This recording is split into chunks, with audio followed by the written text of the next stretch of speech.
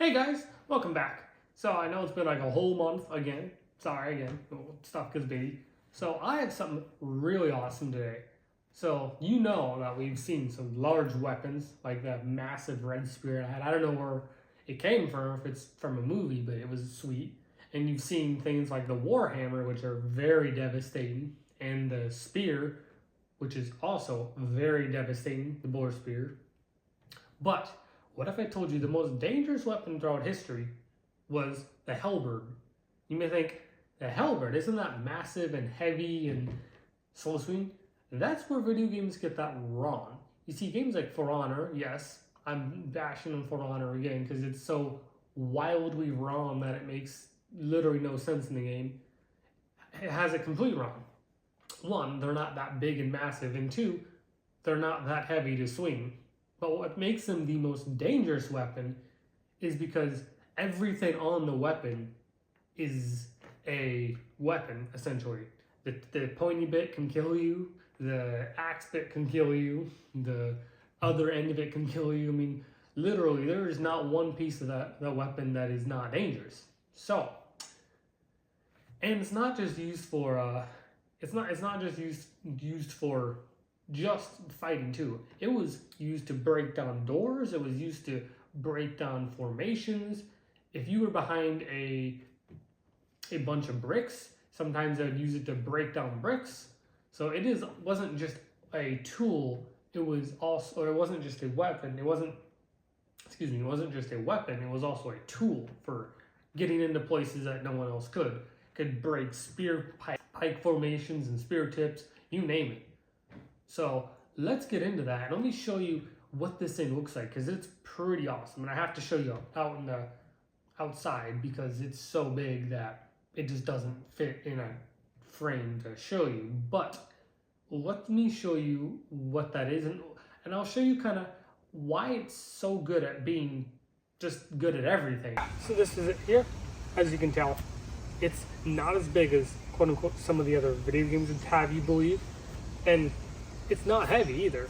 That's one thing that video games always get wrong, is this, they act like it's a big, heavy weapon, but in reality, this thing's light. It can thrust, no problem. It can swing, no problem. I can hook, hook, no problem. It's not a heavy weapon, but most video games would have you think that these types of weapons here are very heavy. And as you can see, it's not super massive either, but it does the job. And these types of weapons here would be most devastating and the most practical tools, because everything on this is a weapon. This stabby pointy, this smashy smashy, this hooky hooky. It's an all-around weapon of perfection. Goes through armor, it amputates.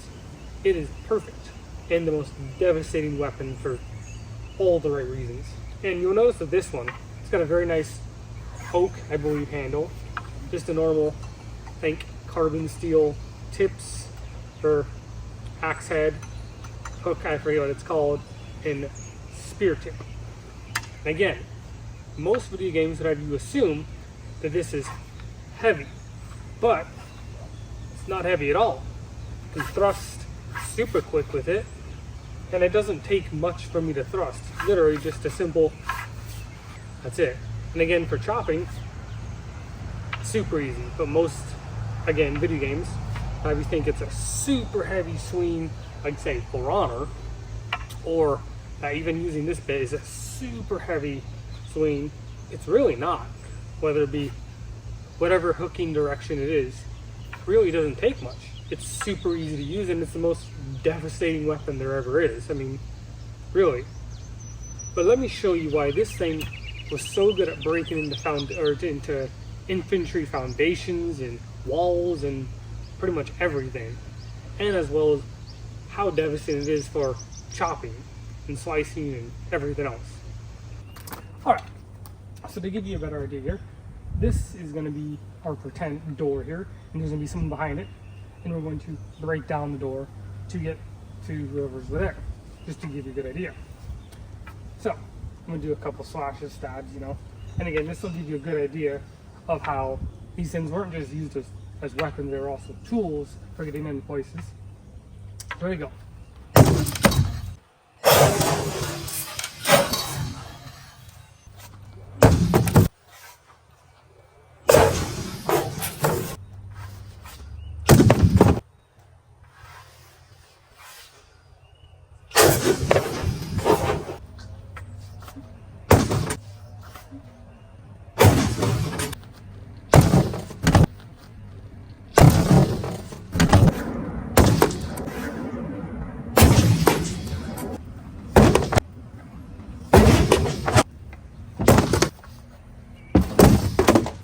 So you can see by our pretend door here, that ain't the sturdiest wood in the world, but it does give you a good idea of that this thing wasn't just a tool for destroying people, it was a tool for destroying objects too.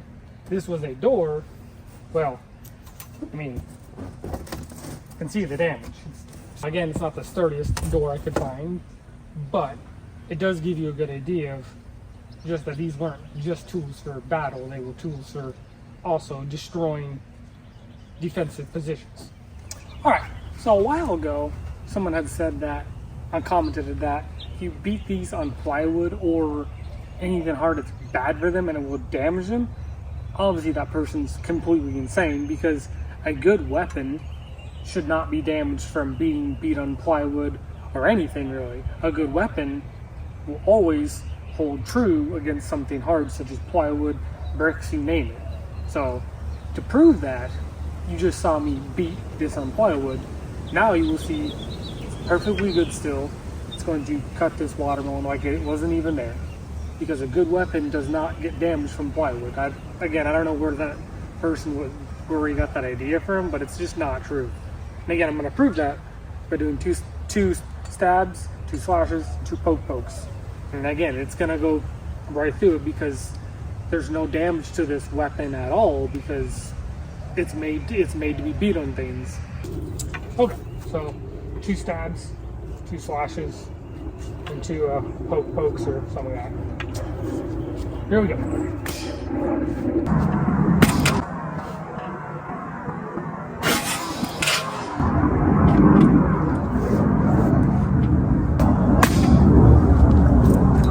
Look at that.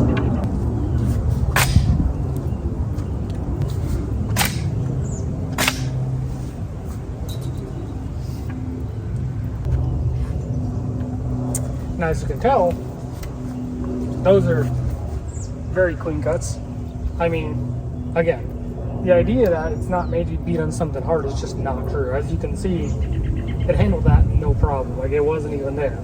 So, and you get a nice tasty treat. Delicious. If you like this video, please consider subscribing. It really helps a lot. Hit that bell option and that like button.